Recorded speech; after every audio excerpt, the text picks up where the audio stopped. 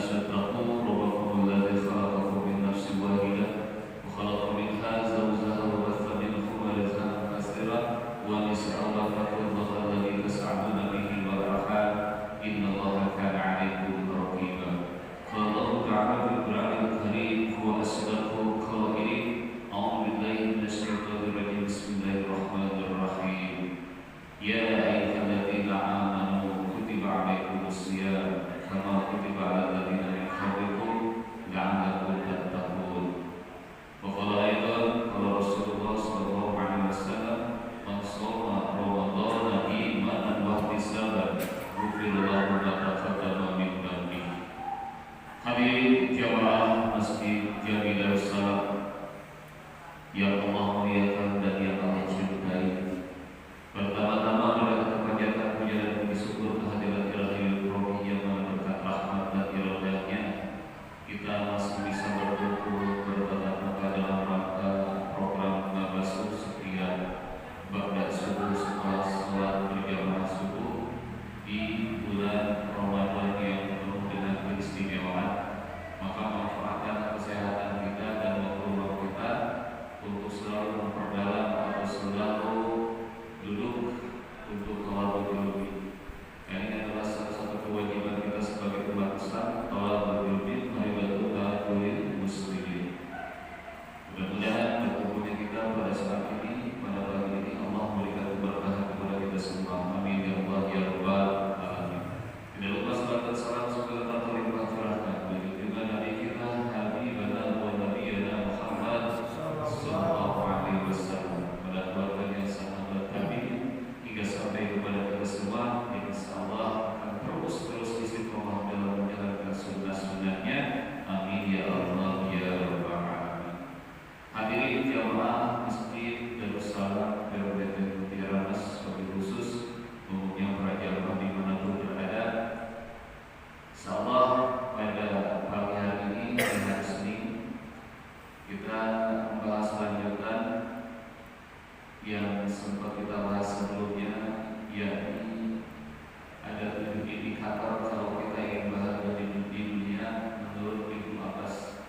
Jadi menurut Ibnu Abbas ada 7 indikator kalau kita ingin bahagia hidup di dunia. Yang mana visinya kita sudah jelas sebelumnya, visi kita itu kan ingin hidup bahagia. Misinya bagaimana cara mewujudkan hidup bahagia itu. Jadi visi itu cita-cita jangka panjang, misi itu perwujudannya. Cita-citanya jangka panjang, visi bagaimana agar kita hidup bahagia atau bagaimana cara kita mencapai kehidupan bahagia. Maka misinya kumaha cara yang bahagia itu. Dan sini yang setelah kita bahas yang pertama, masih ingat Bapak Ibu? Masih ingat satu yang hidup bahagia itu 2012 harus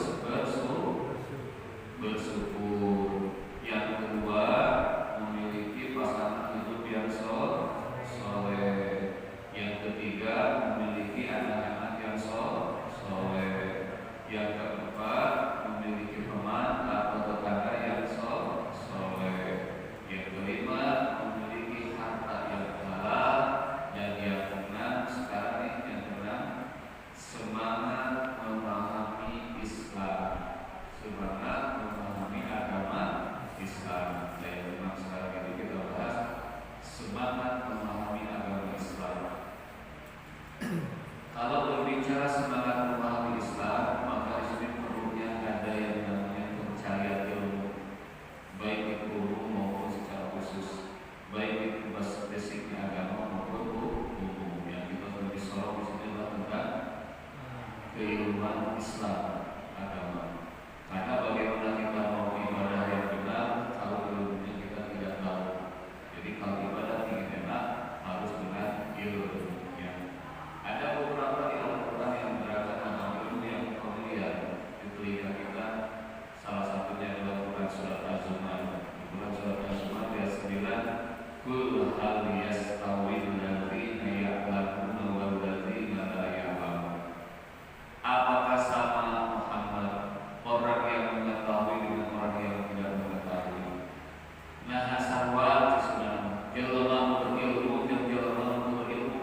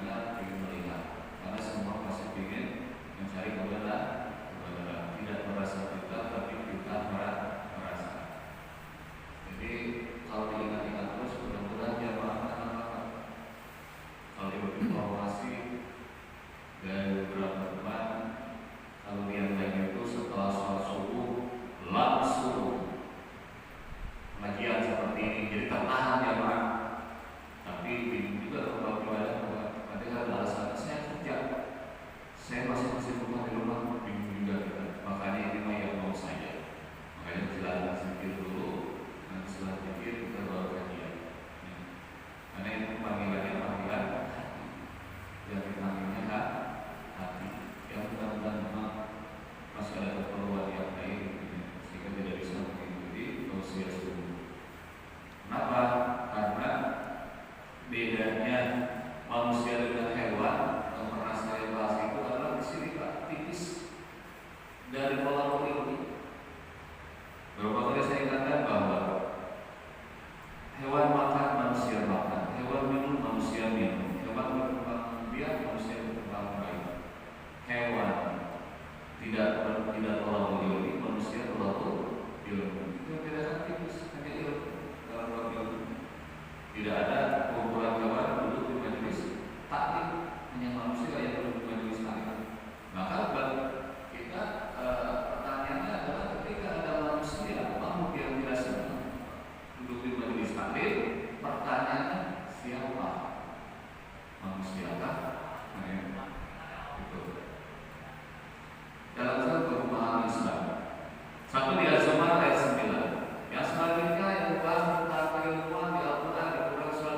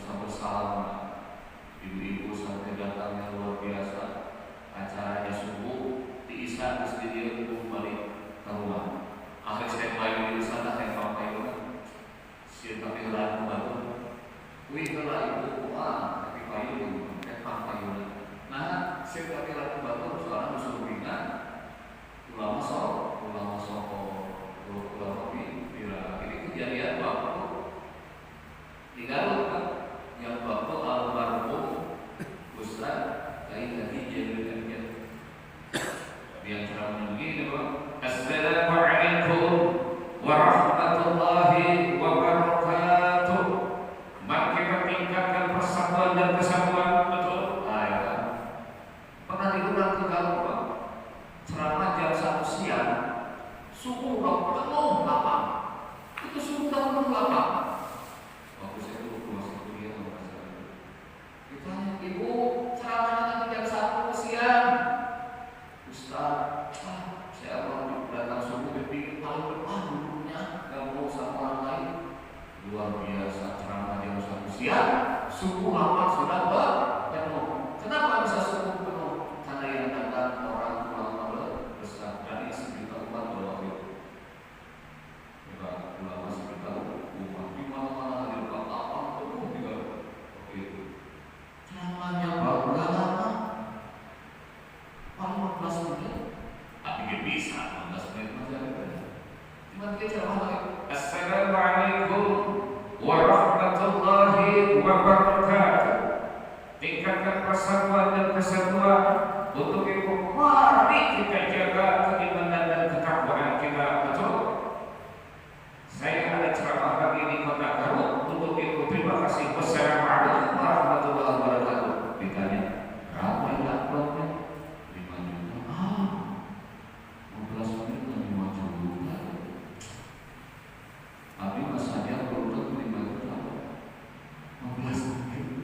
Apa yang dihargai oleh manusia? Derajat dihargai oleh ilmu, keimanan, dan kekiraan. Terkenal pada waktu itu di masa yang luar biasa. Ada lagi orang yang tidak berilmu, assalamualaikum masalah. Dan yang pertama lagi assalamualaikum warahmatullahi wabarakatuh. Betul. Kedua assalamualaikum warahmatullahi wabarakatuh.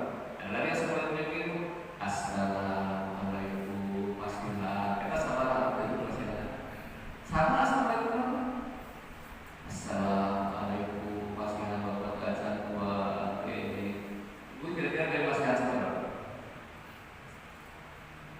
Kalau saja manajer 5 juta. Ibu bisa sampai menang, bisa dapat mobil dulu pernah dan yang bisa dikasih mobil biasa. Ayat dia assalamualaikum warahmatullahi wabarakatuh. Apa yang membedakan keilmuan dan keimanan? Maka semua itu sama. Kenapa bisa dibeda-beda oleh masing-masing? Yang ini 5 juta, yang ini 3 juta, pas yang ini 2.000. Tingkat derajatnya di pandangan manusia bahwa orang yang berilmu dan beriman atau beriman yang berilmu Allah akan angkat derajatnya. Orang ini jamaah saudara saudara yang Allah cintai dan Allah banggakan. Ini adalah PR buat kita semua. Ternyata ilmu itu sangat penting. Ibadah tanpa ilmu nanti akan acak-acakan. Makanya ibadah ini harus selalu dibarengi dengan ilmu. Berpuasa kalau tidak dibarengi dengan ilmu, mungkin puasanya tidak akan bermanfaat. Ada orang yang berpuasa hanya bisa menahan makan, minum, dan bersetubuh di siang hari. Itu masih penting. Kategorinya puasa orang yang awam. Ini yang paling parah. Orang yang tidak ada ilmu, tidak tahu apapun. Dia berkata Islam tapi tidak berpuasa. Padahal ini momen yang terbaik, momen di mana Allah masih memberikan kesehatan dan kesempatan kepada kita hidup di bulan Ramadan ini. Dikatakan bukan Islam tapi dia berislam tapi tidak berpuasa. Dikatakan dia tidak mampu tapi dia mampu dan sehat. Dikatakan dia masih anak kecil tapi sudah memiliki anak buah.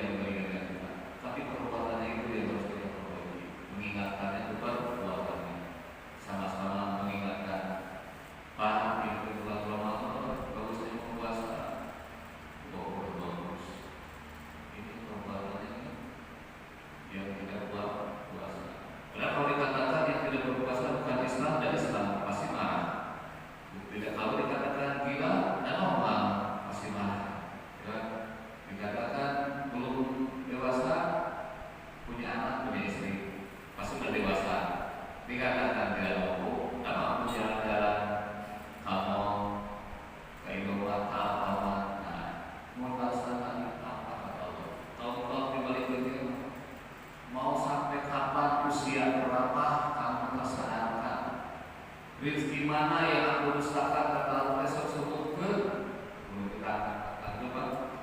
Sok rezeki mana yang belum saya kasih.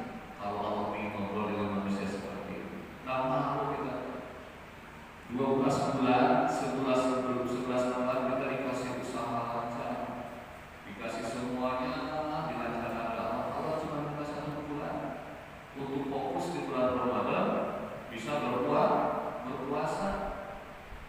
Makanya kata Allah mau diberikan kesempatan sampai umur berapa kalau masih tidak sadar.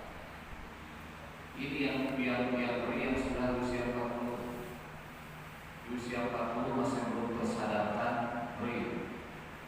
40 ini ukuran, saya ukurnya di Rasul Nabi Muhammad itu adalah dari Rasul di usia 40, berarti dewasa sudah matang. Maka dari usia 40 ini masih menggunakan pria.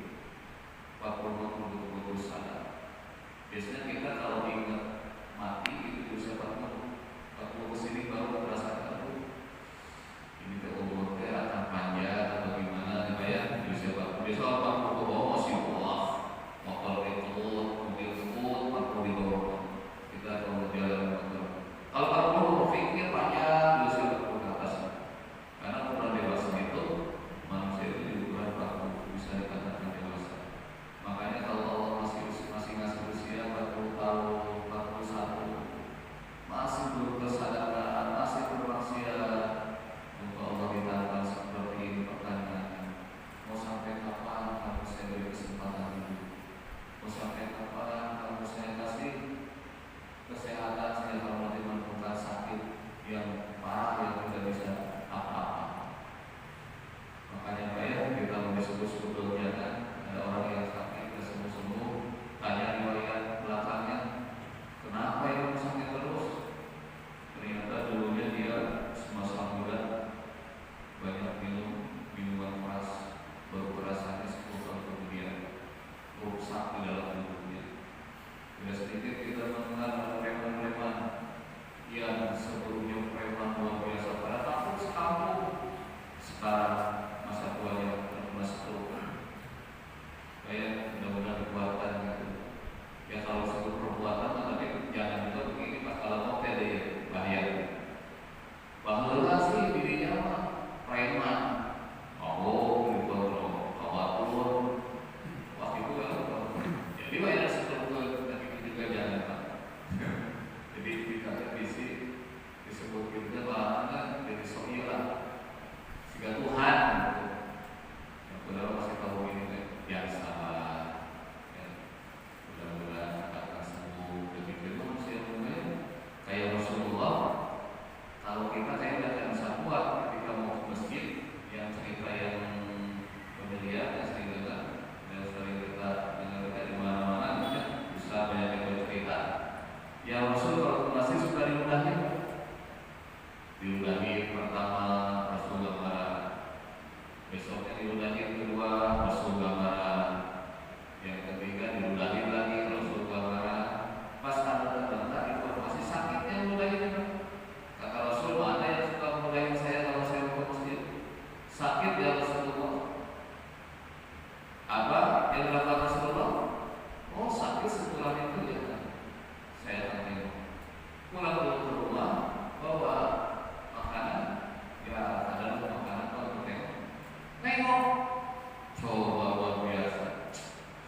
Kita ingin mendapatkan sama dan Rasulullah SAW. Ya Allah, kurang kita semua.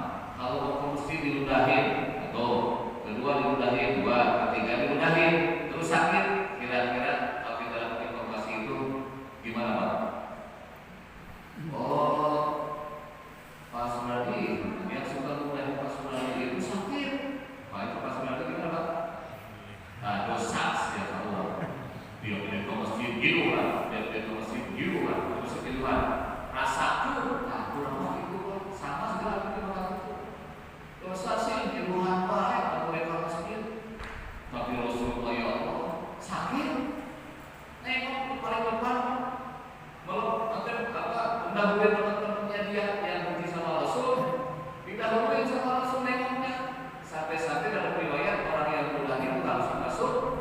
Islam.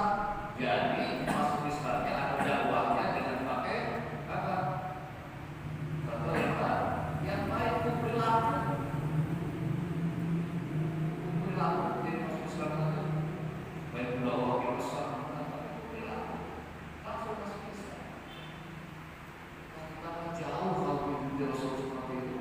Makanya kalau kita sudah ingin masuk surga, kita sedih. Ingin masuk surga, tapi Allah pantaskan aku masuk surga.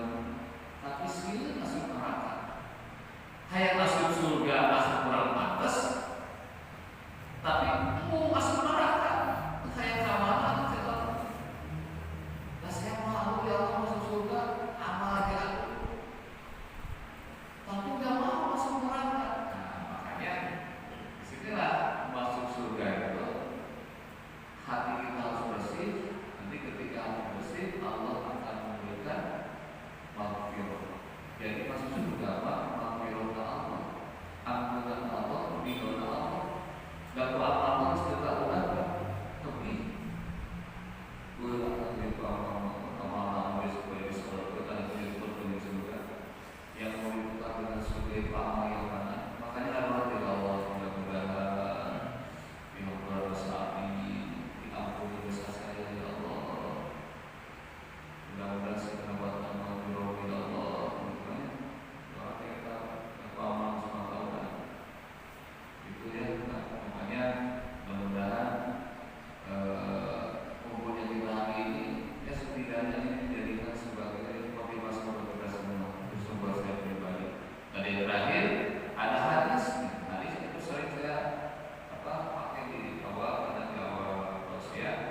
Tadi kan ada 5 ayat 7, yang kedua kalau jadilah 11. Dan kalau hadisnya ayat 4 man salaka thariqan ya kami subihi ma sahalallahu lahu bihi thariqan ila jannah.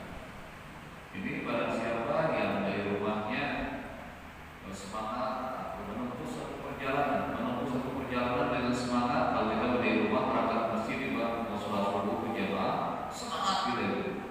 Nah, terus setelah sholat subuh ada kajian semangat lagi, maka kata Allah akan mudahkan masuk ke surga dari kerajaan masalah apa yang kami sudah masalah Allah ini dari masuk ke surga ya Allah jalan surga yang berbeda. Kita itu urus surga ini insya Allah akan dipermudah jalan ke surga. Saya langsung berbicara begini, kalau ibu-ibu yang usia masih 40 ke bawah, Bu, kalau ibu mau berangkat ke rumah saudara, ke rumah teman yang belum tahu alamat, biasanya suka minta apa di handphone? Kan belum tahu alamatnya, Sherlock ya. Coba